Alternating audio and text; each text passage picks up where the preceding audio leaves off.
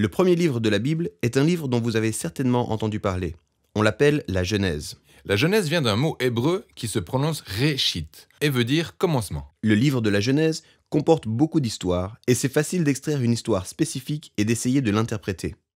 Mais nous pensons que la meilleure façon de comprendre ce livre est de l'examiner dans sa globalité et d'expliquer sa conception d'ensemble. Le livre a une structure en deux parties.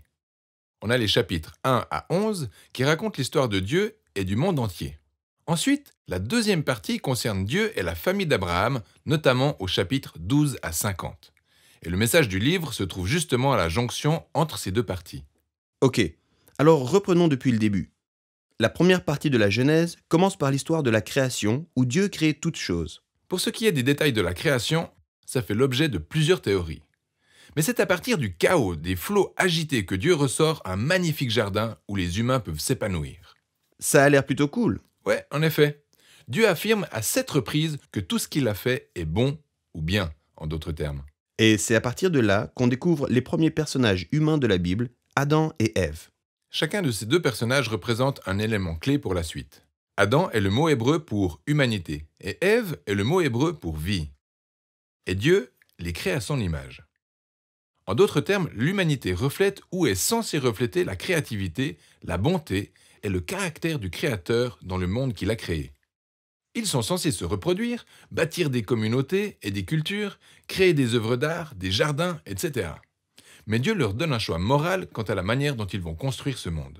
Et c'est à ça que servait l'arbre de la connaissance du bien et du mal. L'Éternel leur dit « Tu ne mangeras pas du fruit de cet arbre ou tu mourras ». Qu'est-ce que ça veut dire ? Jusqu'ici, Dieu est celui qui a défini et fourni ce qui est bien, car il est le seul détenteur de la connaissance du bien et du mal. Mais maintenant, cet arbre représente un choix. Les hommes feront-ils confiance à la définition de Dieu du bien et du mal, ou vont-ils en profiter pour définir le bien et le mal par eux-mêmes ? Adam et Ève mangent le fruit. C'est l'explication biblique fondamentale du concept de péché, cette tendance à prendre les décisions au gré de ses intérêts personnels.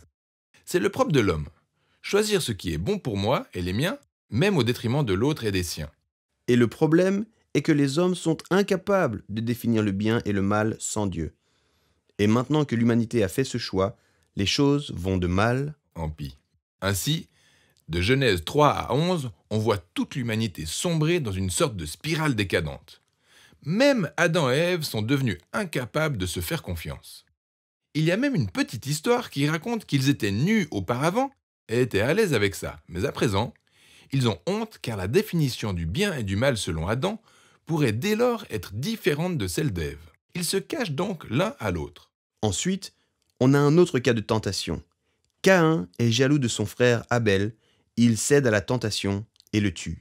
Juste après Caïn, on a l'histoire d'un type nommé Lémec. Tout ce que nous savons sur Lémec, c'est qu'il collectionne les femmes comme des biens et il chante des cantiques racontant combien il est plus violent et plus revanchard que Caïn. Et il en est fier. L'humanité s'est rendue tellement abominable que Dieu décide de l'anéantir. En général, on croit que le déluge traduit la colère de Dieu. Mais ça commence en réalité par la tristesse et le chagrin que Dieu ressent par rapport à l'état de son monde. Ainsi, dans un élan passionné de préserver la bonté de son monde, il le nettoie par les eaux du déluge. Mais il y a une lueur d'espoir. Il choisit Noé et toute sa famille et les sauve grâce à ce bateau. Sans oublier les animaux. Tout à fait, et les animaux. Noé et sa famille vont donc reconstruire toute l'humanité. Il doit être quelqu'un de vraiment bien. Mais il y a une histoire que la plupart des gens ignorent tellement elle est étrange. Noé est descendu du bateau, il a planté un vignoble et s'est totalement enivré. Et puis, quelque chose de bizarre se passe sous la tente avec son fils, ce qui donne à l'histoire une tournure dramatique. L'humanité recommence à croître, mais les choses ne font que se dégrader.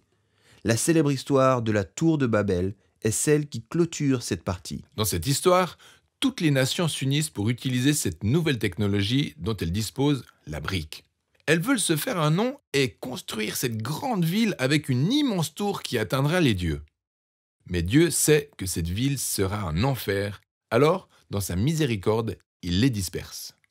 Toutes ces histoires soulignent la même idée de base. Quand l'autonomie des hommes les affranchit de leur soumission à Dieu, Lorsqu'ils définissent le bien et le mal par eux-mêmes, la conséquence est un monde empreint de tragédie et de mort. Et on pourrait se demander s'il existe encore un espoir pour l'humanité. Oui, il y en a un. C'est la toute prochaine histoire qui apporte une réponse à cette question. C'est le commencement de la mission de Dieu consistant à sauver et à restaurer son monde.